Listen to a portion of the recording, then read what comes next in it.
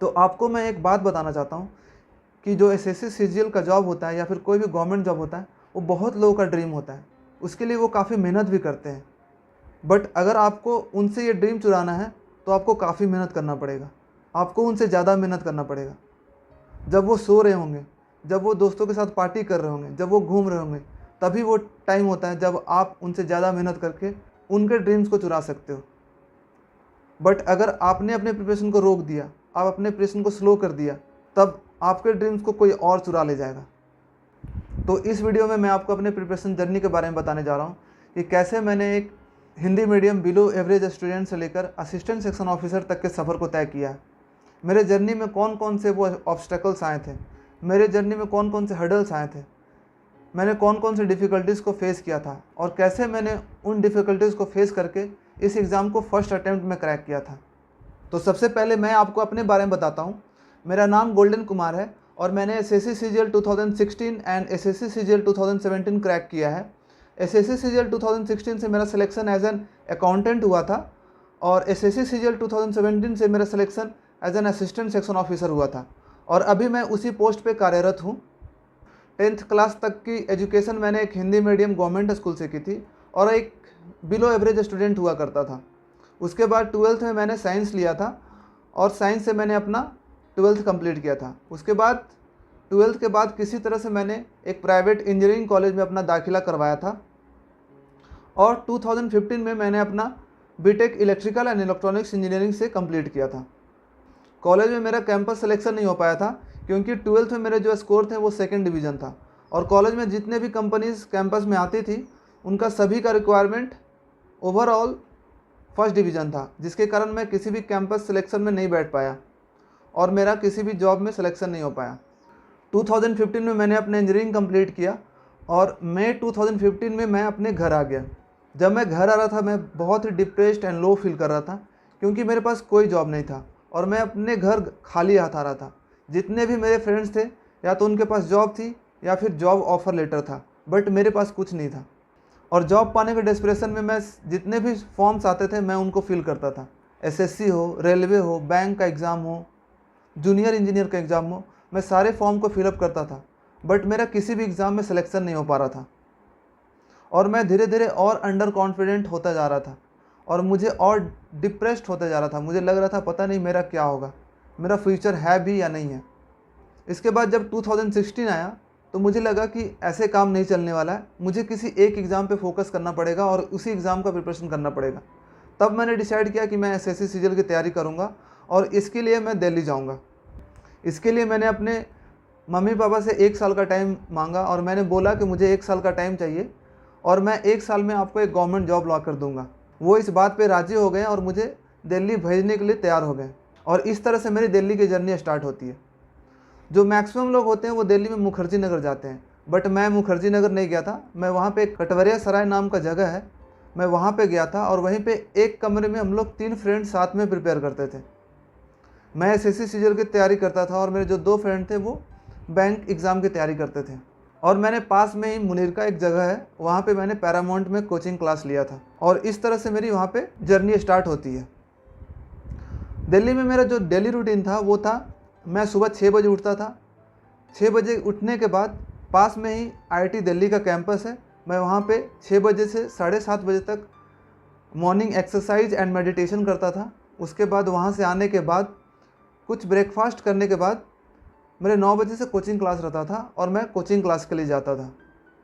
9 to 12:30 मेरा coaching class चलता था। उसके बाद 1 बजे तक मैं वापस अपने रूम पहुंचता था। मैंने पास में ही एक मेस ज्वाइन कर रखा था, वहाँ पे मैं अपना लंच करता था। लंच करने के बाद मेरा यह आदत था कि मैं हमेशा थोड़ी देर का नैप लेता था, 1-2 घंटे का नैप लेता था और उसके बाद पढ़ाई स्टार्ट करता था। मैंने लाइब्रेरी ज्वाइन कर रखी थी, मैं अपने लाइब्रेरी जाता था और 4 बजे से 9 बजे तक पढ़ाई करता था और उसके बाद 9 बजे से 10 बजे तक मैं अपना डिनर करता था और थोड़ी देर वॉक करता था। उसके बाद फिर से 10 बजे से मैं पढ़ाई शुरू करता था और रात के 12 बजे तक, 12:30 बजे तक मैं अपनी पढ़ाई करता था और उसके बाद वापस मैं सोने के लिए रूम चला जाता था। आपको ये जर्नी आसान लग रही होगी, आपको लग रहा होगा ये तो सिंपल सा डेली रूटीन है, बट ये इजी नहीं था। इसके साथ बहुत सारे फैक्टर्स जुड़े होते थे जो आपकी इस जर्नी को और थोड़ा सा डिफ़िकल्ट बना देता है, वो है मेंटल प्रेशर। जॉब ना होने का मेंटल प्रेशर एक डिफरेंट ही होता है। हमेशा मुझे ऐसा लगता था जैसे मेरे सर पे एक बोझ रखा हुआ है और मुझे उस बोझ को उतारना है, और वो तभी उतरेगा जब मैं किसी जॉब को ले पाऊँगा। साथ में ये भी फ़ियर रहता था कि क्या होगा अगर मेरा सिलेक्शन इस बार ना हो पाया, मुझे फिर से 1-2 साल के लिए और पढ़ना पड़ेगा। और जो मैंने अपने मम्मी पापा से प्रॉमिस किया कि मैं 1 साल में आपको जॉब ला कर दूंगा, वो भी पूरा नहीं हो पाएगा। और साथ में ये भी होता था कि आपको हर मंथ अपने घर से पैसे मांगने पड़ते थे, जो कि एक बहुत ही ऑकवर्ड सिचुएशन होता था और बुरा फील होता था। ऐसा लगता था कि मैं ग्रेजुएट हो चुका हूँ और अभी भी अपने घर से पैसे मांग रहा हूँ। और ऐसा बहुत बार होता था कि सोते टाइम मेरे आंखों में आंसू होते थे और मैं भगवान से यही प्रे करता था कि भगवान मुझे इस बार आप ये जॉब दिला दो। इसके लिए मैं कुछ भी करने को तैयार हूँ और कितना भी मेहनत करने को तैयार हूँ, बस आप मेरा साथ दो। और इसी डेली रूटीन को मैंने अपने एग्ज़ाम प्रिपरेशन के दौरान फॉलो किया था। अगस्त 2016 में मेरा प्री एग्ज़ाम हुआ था और ये एग्ज़ाम मेरा अच्छा गया था, क्योंकि इसके लिए मैंने बहुत ही मेहनत किया था और बहुत सारे मॉक टेस्ट भी दिए थे। मैंने कम से कम 150 plus mock test pre exam के लिए दिए थे। उसके बाद दिसंबर 2016 में मेरा मेंस एग्ज़ाम हुआ था, बट ये एग्ज़ाम मेरा अच्छा नहीं गया था और मुझे एग्ज़ाम हॉल में ही लग रहा था कि जैसे मेरा सिलेक्शन इस बार नहीं हो पाएगा।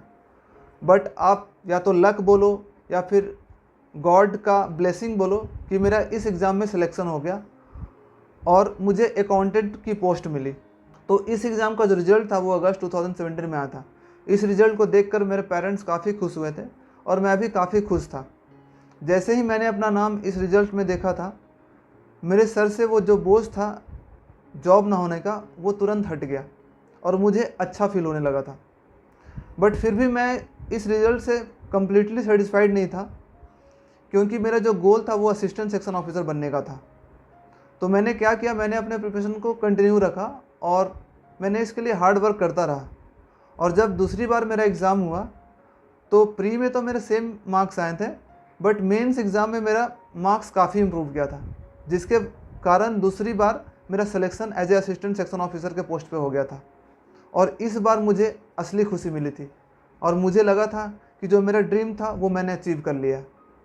तो अब जब मैंने अपने ड्रीम जॉब को अचीव कर लिया है और इस गोल को अचीव कर लिया है, और जब मैं पीछे मुड़कर देखता हूँ कि वो कौन से कारण थे जिसके कारण मैंने इस जॉब को अपने फर्स्ट अटेम्प्ट और सेकंड अटेम्प्ट में क्रैक किया है, तो मुझे उनमें से कुछ इम्पोर्टेंट रीज़न जो लगते हैं वो हैं।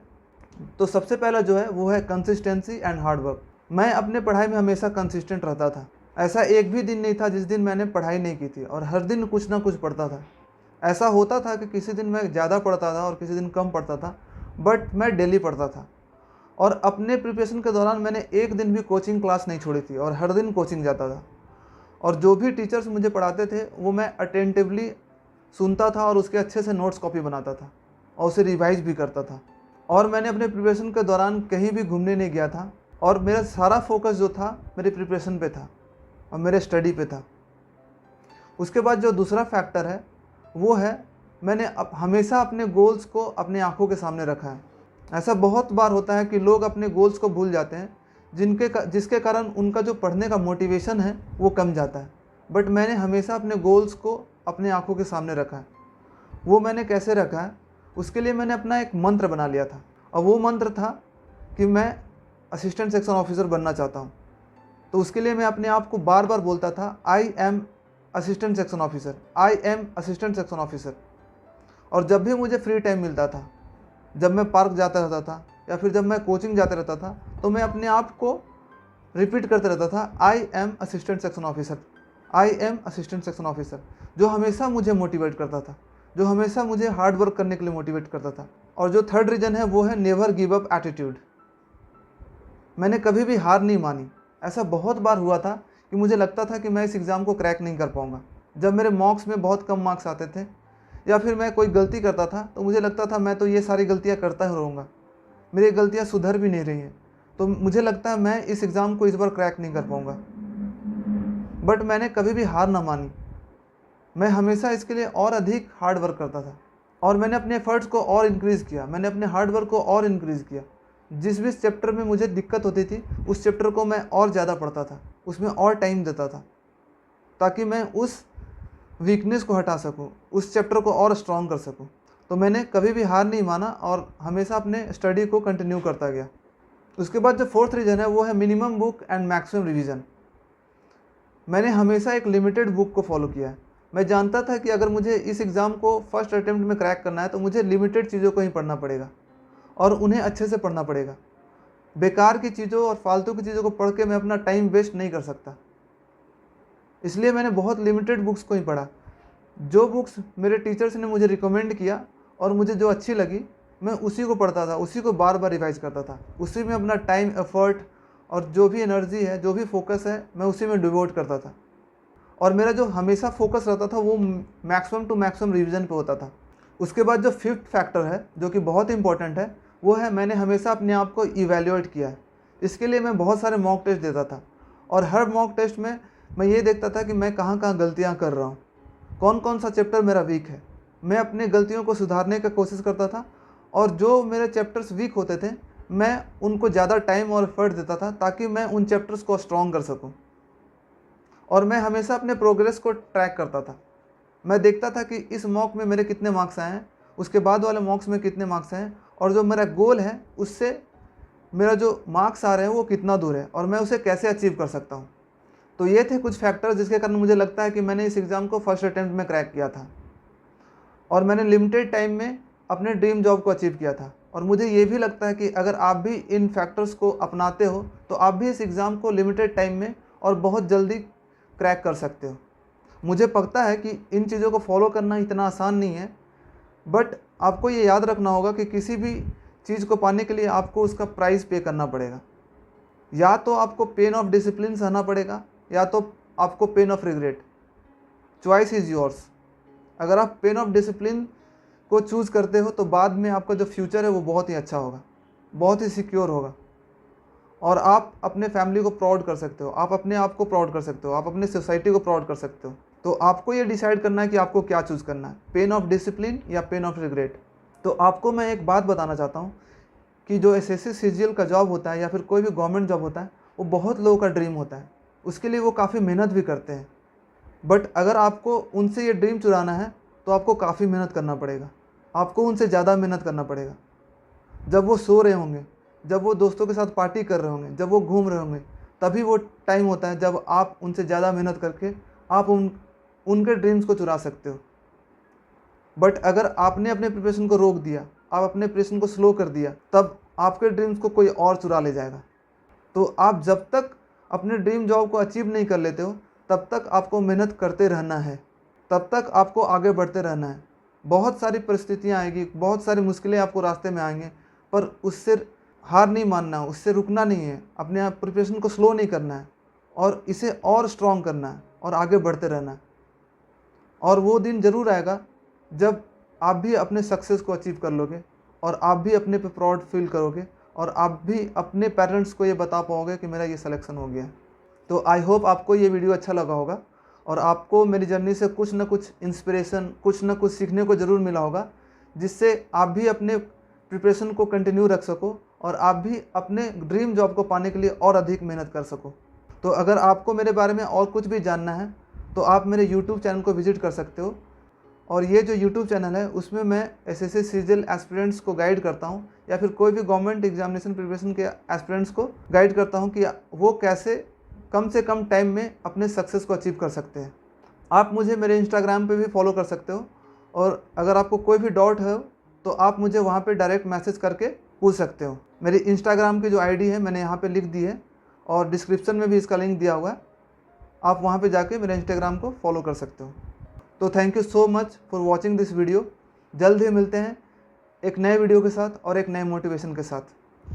जय हिंद।